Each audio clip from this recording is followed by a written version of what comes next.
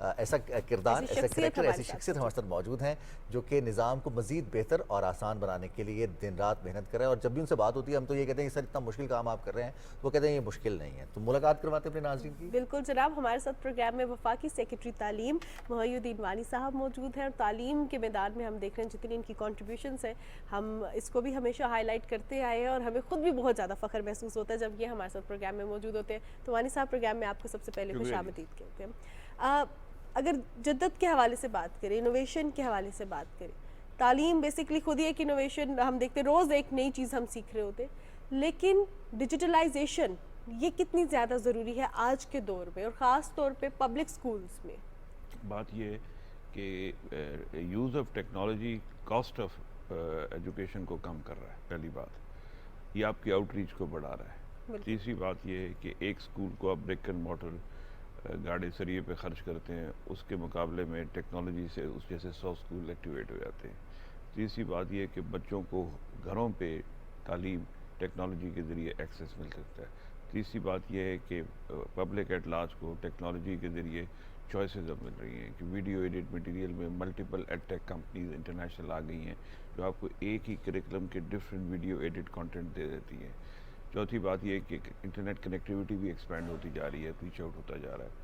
تو qualitatively quantitatively دونوں صورتوں میں ٹیکنالوجی کو امبریس کرنے سے تعلیم کے شعبے میں بہت زیادہ سپیڈ سے ترقی ہو رہی ہے اور بچوں کے اندر جو لرننگ پاورٹی آئی تھی وہ ریڈیوس ہو رہی ہے.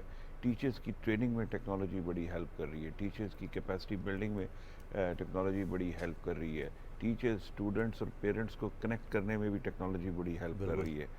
اور اسکولوں کے آپس میں کمپٹیشن میں ٹیکنالوجی بڑی ہیلپ کر رہی ہے. پبلک پرائیویٹ سیکٹر کی رینکنگز میں ٹیکنالوجی بڑی ہیلپ کر رہی ہے. سو ٹیکنالوجی از دا فیوچر. بالکل ایسے ہی ہے. تو ہم دیکھتے ہیں کہ ایک ہماری نیچر ہے یا ویسے ریزسٹنٹ ہوتے ہیں کہ اگر خود تبدیل نہیں ہونا تو جو تبدیل کرنے کی کوشش کر رہا ہے اس کو ذرا تھوڑا سا کہیں نہ کہیں مزاحمت کا فیس کرنی پڑتی ہے. تو ہے ریزسٹنس ہمارے سسٹم میں، ایجوکیشن سسٹم میں لوگوں کی جانب سے؟ جب چیزیں گھوڑوں سے گاڑیوں پہ آئی تھی تب بھی ریزسٹنس تھا. جی. جب اونٹوں سے ٹرینوں پہ آئی تھی تب بھی ریزسٹنس تھا. ٹرین سے جہاز پہ آئی تب بھی ریزسٹنس تھا. لیکن جو ڈیولپمنٹ کا پہیہ ہے وہ کبھی رکا نہیں. بالکل ایسے. تو ہمیں یہ ریئلائز کرنا چاہیے کہ ٹیکنالوجی کو امپریس کرنے سے کچھ نوکریاں abolish ہوں گی، کچھ نوکریاں کریٹ ہوں گی. So technology is the future. اور ریزسٹنس آتا ہے but we have to face it, we have to convince them and اللہ تعالیٰ پھر مدد بھی کرتا ہے. اور تعلیم ایک ایسی چیز ہے جس میں میجورٹی کنونس ہو جاتی ہے، تو 100% کو تو کبھی بھی آپ کنونس. بالکل ایسے ہی ہے. صحیح. اچھا ایک اور چیز آپ سے جاننا چاہوں گی، جس طرح آپ نے کہا کہ کچھ جابس ڈیبالش ہو جاتی ہیں، کچھ کریٹ ہو جاتی ہیں. اب ایسے میں جب ٹیکنالوجی کا استعمال سکولز میں آتا ہے تو بچوں کو بہت سی چیزیں سیکھنے کو بھی مل رہی ہوتی ہیں کہ وہ انٹرپرینورشپ کی جانب بڑھے ہیں، وہ آن لائن لرننگ کے جانب بڑھے ہیں اور ڈفرینٹ کورسز اپنے جو پڑھ رہے ہیں اس کے علاوہ بھی، اور اس کے ساتھ ساتھ ارن کیسے کر سکتے ہیں آن لائن. یہ چیزیں بھی تو، یہ بھی تو بہت سی چیزیں ہیں جو کہ ہمیں سیکھنے کو مل رہی ہیں. کیونکہ پہلے ہم دیکھتے تھے کہ بہت سے لوگوں کا یہ کنسرن ہوتا تھا کہ ہم جب جاب کرنے جاتے ہیں، ڈگریز تو ہم نے حاصل کی لیکن ہمیں وہ سسٹم یوز نہیں کرنا آ رہا، وہ کمپیوٹرز یوز کرنے نہیں آ رہے، ہمیں ٹریننگز چاہیے. تو یہ اس کا کیا فیڈ بیک آ رہا ہے خاص طور پہ پیرنٹس کی جانب سے؟ دیکھیں بات یہ کہ جو نالج پہلے آپ BSc میں گریجویشن میں حاصل کرتے تھے کمپیوٹر کی، ٹیکنالوجی کی، وہ آج آپ کے پرائمری اسکول کے بچوں کو حاصل ہے. تو وہ اسینشیل سکلز ہیں جو ان کو پلیٹ فارم دیں گی، not only for business, for jobs. اب technology, maths, data science, AI یہ سب اکنامکس کا پارٹ بھی ہے، اسٹیٹس کا پارٹ بھی ہے، انجینئرنگ کا پارٹ بھی ہے، میڈیکل کا پارٹ بھی ہے. تو بیسیکلی یہ وہ ایک انیبلنگ ٹولز ہوتے ہیں. جیسے آپ کو دنیا بھر کی گلوبل نالج کو حاصل کرنے کے لیے ایک زمانے میں انگریزی کی بہت ضرورت تھی، تو اس وقت بھی انگریزی لینگویج نہیں تھی، اسکل تھی. اس طرح ابھی بھی دنیا بھر کی جو نئی ڈیولپمنٹ ہے اس کو ریچ آؤٹ کرنے کے لیے انگریزی کو کا سبسٹیٹیوٹ ٹیکنالوجی آ گئی ہے، AI آ گئی ہے، کمپیوٹر ایجوکیشن آ گئی ہے. تو اگر آپ نے STEM جاننا ہے تو آپ کو کمپیوٹر ٹیکنالوجی چاہیے. اگر آپ کو انٹرپرینورشپ جاننی ہے، فائنینشیل انکلوژن کا کرنا ہے، اسینشیل سوشل سکلز جو ہے، لائف سکلز آپ کو جاننی ہے، تو اگین ٹیکنالوجی تو ایک وہ کانڈیوٹ ہے جس کے ذریعے آپ انفارمیشن گلوبلی جو اویلیبل ہے اس کو ریٹریو کر کے آپس میں سرکولیٹ کرتے ہیں. تو انشاءاللہ اٹ ول ہیلپ اس. اس میں ایک تھوڑا سا پہلو یہ بھی ہے کہ بہت سارے پیرنٹس اور بہت سارے اسکولس اور جو مینٹورز ہیں وہ بھی کہتے ہیں کہ بچوں کو ارلی ایج میں ٹیکنالوجی سے تھوڑا دور رکھنا چاہیے کیونکہ یہ ان کے آئی سائٹ کے لیے، مینٹل ہیلتھ کے لیے، فزیکل ہیلتھ کے لیے اچھا نہیں ہے. تو اسکولس میں ان کو انکلوژن کرنا، پھر اس کا دائرہ کار بڑھانا،